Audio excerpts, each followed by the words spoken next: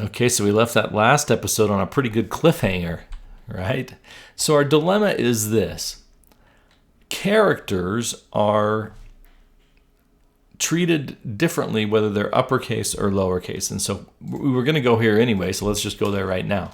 If I go look at the ASCII chart, ASCII table, and I go pull up the ASCII table, each character, way back in the beginning, back when computers were kind of first coming to be more prevalent, the American National Standards Institute, or ANSI, came up with the ASCII set of characters. I can't remember off the top of my head what ASCII stands for. Maybe it says here. American Standard Code for Information Interchange. So that all computers would use the same binary patterns as they passed characters back and forth. And so they just said, let's standardize it. So we'll just all say that if it's all zeros, all in the beginning 7 bits and then 8 bits and then 16 bits, if everything's 0, that's a null. And if it's a decimal 1, then that's the start of a heading, decimal 2, start of a text. Anyway, at some point they got the numbers and the special characters, and then they assigned the characters of the alphabet. So the character A was assigned to 65. The character B was assigned to 66. When they got down past all the capital letters, then a little later on they start the lowercase letters. So a 97 decimal is a lowercase a 98 is a lowercase b. As we're going to find out, this is going to work to our advantage here in a minute. But our dilemma is that as it compares these things, it's going to treat uppercase and lowercase differently. And so if we tried this kind of a method, which we're not going to actually do, then it would say, well, the A count for capital A's was 1, and then for lowercase a's, it was 2. And that's how we get our 3. But we want to count it all together. So as it turns out, if I could read and talk at the same time, it's telling us that with strings, we can use this second parameter saying ordinal ignore case. To me, this seems like it's starting to be a lot of work. If we want to really compare, we could make this thing 2 lower, and then, let's see, is it a method? Then it would make that character be a lower case, and that seems easier to me. But then, as I got a minute after I was thinking, we're not comparing here a whole word, we're comparing characters. And with a character, you actually can use the double equals sign because a character is a primitive data type. So you can say equals an A.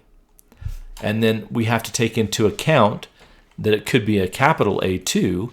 Then I could say or, so double bar is an or, words element 0 is equal to an uppercase A, and that would solve that problem. But where I was going with this back when I started this example was this is not the way we want to do it, because you can see here this is going to be a ton of work. We're going to need to create, we're going to need to create an if statement for every single letter of the alphabet. We're going to have variables for every letter of the alphabet. And so while we could do it this way, and sometimes I just love to see that brute force method of solving a problem. Like I don't know how to do it in a fancy way. I do know how to write a lot of lines of code to get it done. And so if it works, right? But we can do this in a little bit fancier way. And that'll help us teach a few more principles here. But we've already covered some of them.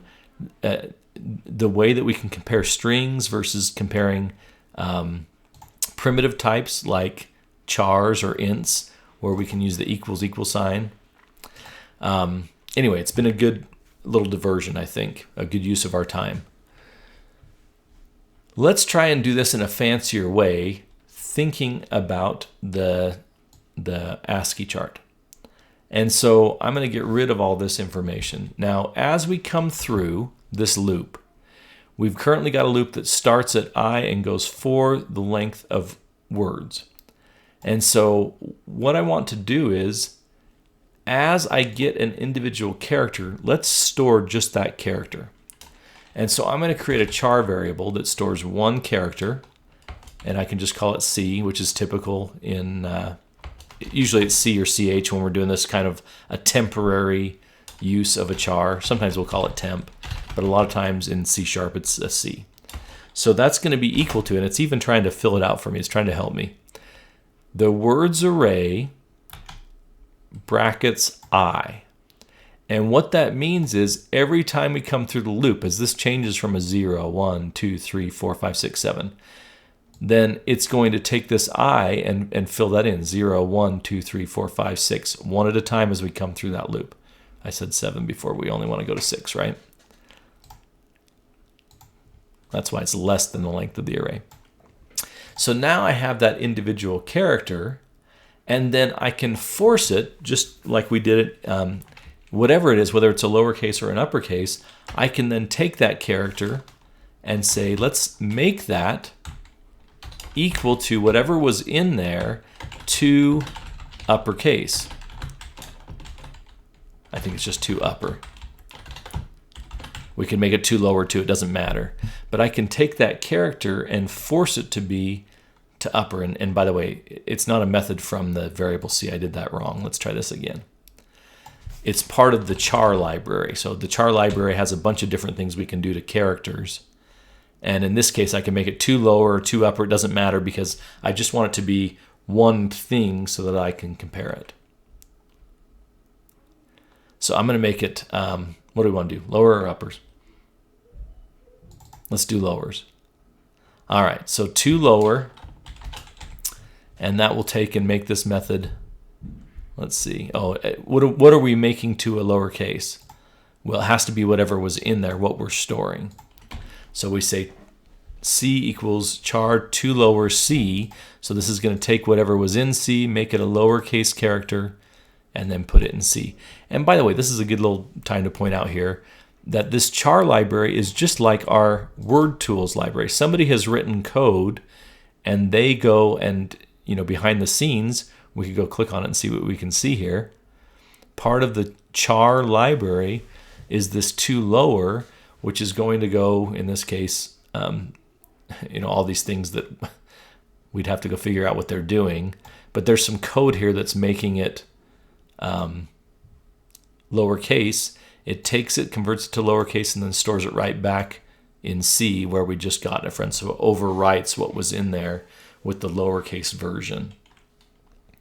All right, so now that we have that lowercase letter, what's in there is, so if we were to just write this, let's try it just so we can see it. Right line, whatever's in C. And it fixed for me and put in a console.writeLine. Thank you, Visual Studio.